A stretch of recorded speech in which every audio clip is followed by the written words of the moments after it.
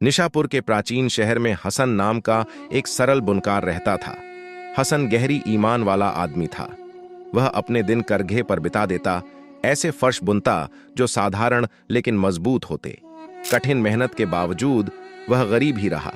उसकी बीवी जैनब बहुत धैर्य वाली औरत थी, लेकिन एक सर्दी में इतनी तेज ठंड और ऊन की बढ़ी हुई कीमत के कारण उनके पास खाने को कुछ भी नहीं बचा।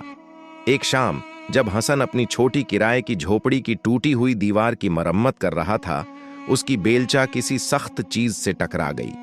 उसने और खुदाई की और एक भारी स्याही सी कवर हुई तांबे की देघची निकाल ली। जब उसने उसका ढक्कन खोला, उसकी सांस थम सी गई। अंदर सैकड़ों प्राचीन सोने के दिनार चमक रहे थे, तेल के चिराग की मंद रोशनी में भी। ईमानदारी की परीक्षा। जैनब ने हंसते हुए कहा, हसन, अल्लाह ने हमें चमत्कार भेजा है। हम घर, खेत और बच्चों के लिए कपड़े खरीद सकते हैं। हसन ने सोने को देखा, फिर दीवार की ओर। नहीं जैनब, उसने धीरे कहा, यह घर हमारा नहीं है। हम केवल किराएदार हैं। यह खजाना मालिक ए मकान शेख ओमर का है। अगर मैं एक सिक्का भी ले लूं तो मैं अपने बच्चों को जहन्नम की आग खिलाऊंगा। अगली सुबह हसन वह देघच्ची शेख ओमर के पास ले गया, जो अमीर लेकिन कठोर दिल का व्यापारी था। जैसे ही शेखा ने सोना देखा, उसकी आंखों में लालच चमक उठा। उसने हसन का शुक्रिया नहीं अदा किया, बल्कि उसने सोचा, यह बुनकार मूर्ख है। मैं यह सोना ले लूं और उसे यकीन दिलाऊं कि इसमें और ज्यादा था। शेख ने सिक्के गिने और फिर चिल्लाया, तुम चोर! इस देगची में पहले 2000 सिक्के थे और यहां केवल 1000 हैं। तुमने मेरी आधी दौलत चुरा ली है। हसन दुखी हो गया। साहब, मैं गरीब हूं, लेकिन मैंने एक भी सिक्का हाथ नहीं लगाया। शेख ने हसन को घसीटकर शहर के काजी के सामने ले गया। न्यायमूर्ति काजी की अदालत शेख काजी के सामने खड़ा होकर बोला, आदाब, इस बुनकार ने मेरा खजाना पाया था, लेकिन उसने उसमें से कुछ चुरा लिया है। उसे जेल में रखा जाए जब तक वह बाकी सोने को वापस न करे। काजी ने हसन की ओर देखा, जो सिर झुकाए खड़ा था। उसके हाथ वर्षों की ईमानदार मेहनत से खुरदरे थे। हसन, तुम्हारे पास क्या कहना है? काजी ने पूछा।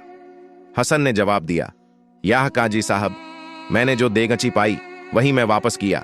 मैं अल्लाह से इतना डरता हूं कि कभी भी किसी का नसीब छीनने की हिम्मत नहीं कर सकता। अगर मैं चोर होता तो मैं यह सारा सोना ले जाता और शहर छोड़ देता। काजी एक बुद्धिमान आदमी था। उसने महसूस किया कि शेख झूठ बोल रहा था ताकि वह इनाम देने से बच सके और गरीब बुनकार से और पैसा वसूल सके। काजी ने शेख से पूछा, क्या आप पूरी तरह सुनिश्चित हैं कि आपकी खोई हुई देगची में 2000 सिक्के थे? मैं पूरी तरह सुनिश्चित हूं, शेख ने चिल्लाया। मैंने खुद उन्हें गिना था जब मैंने इसे दबाया था। काजी ने हसन की ओर मुड़कर पूछा, और तुम हसन, इस देगची में कितने सिक्के पाए? मैंने अपनी बीवी के साथ गिने साहब, ठीक 1000 सिक्के थे। न्याय का फैसला। काजी ने कुछ क्षणों के लिए चुप्पी साध ली। अदालत में सन्नाटा था। फिर काजी ने खड़े होकर फैसला सुनाया। स्पष्ट है कि एक बड़ी भूल हुई है। शेख ओमर, आप 2000 सिक्कों वाली देगची खो चुके हैं। हसन ने 1000 सिक्कों वाली देगची पाई है, इसलिए तर्क संगत रूप से यह आपकी देगची नहीं हो सकती। शेख का चेहरा सफेद पड़ गया। लेकिन काजी ने कहा, चूंकि कोई भी 1000 सिक्कों वाली देगची का मालिक नहीं बना, मैं इसे सार्वजनिक कोष में 1 वर्ष तक रखूंगा। अगर असली मालिक सामने नहीं आता तो यह ईमानदारी के लिए हसन को पुरस्कार स्वरूप दिया जाएगा, और आप शेख ओमर अपनी 2000 सिक्कों वाली देगची ढूंढते रहें। शेख ने अपनी ही चाल में फंस गया। अगर उसने झूठ माना तो उसे झूठी शिकायत का शुल्लू भुगतना पड़ता। चुप रहने पर वह 1000 सिक्के हमेशा के लिए खो देता। वह शर्मिंदगी के साथ अदालत से चला गया। धैर्य का इनाम। 1 साल बीत गया। कोई भी 1000 सिक्कों की देगची का दावा नहीं किया। काजी ने हसन को बुलाया और सोना दिया। हसन, काजी ने कहा, तुम्हारी ईमानदारी अल्लाह का इम्तिहान थी। तुम सफल हुए और शेख असफल।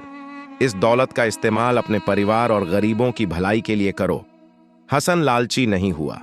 उसने एक छोटा बगीचा खरीदा, गांव के बच्चों के लिए स्कूल बनाया और बुनाई जारी रखी। लेकिन अब वह कला और सेवा के लिए बुनता, न कि मजबूरी में।